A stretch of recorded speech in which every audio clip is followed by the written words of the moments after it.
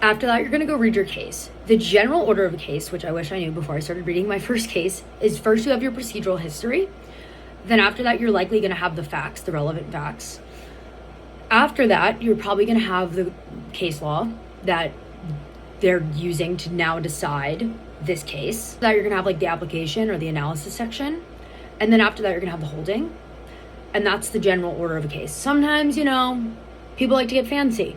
But overall, that's probably going to be the general order of a case. Some of the older cases, still probably that order, just harder to read. So, just look out for it. And then you're going to not use that highlighting code yet. You're going to read it once.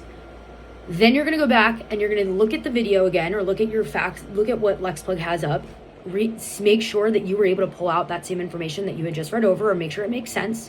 Then you're going to go through again and you are going to now highlight. This was my version of case briefing. I would go back and I would read it a second time, make sure I fully understood it, and then my highlighting was my brief. I never was rewriting. I felt like that was a massive waste of my time. So I would go back and highlight. So then when I was asking class, well, give me the relevant facts, I would highlight all the relevant facts.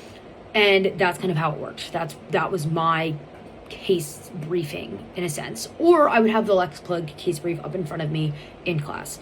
But I had to have a very good understanding of the case. Also, you are not getting tested on how well you case brief. You're not. I'm in the beginning of the semester case briefing.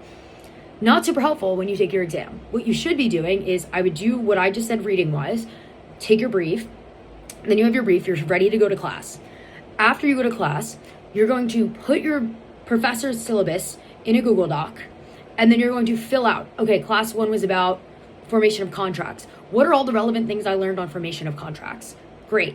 Then I'm going to go over to LexPlug and I'm going to do 5 practice questions on that specific topic and see if I fully understood how it works, how it would be applied, XYZ thing. That is what my routine would look like if I could start one all over again, because I feel like that would have really set me up for success. When exams rolled around or when my midterm rolled around, I was so lost. I still didn't even know what was going on because I was still confused about reading a case.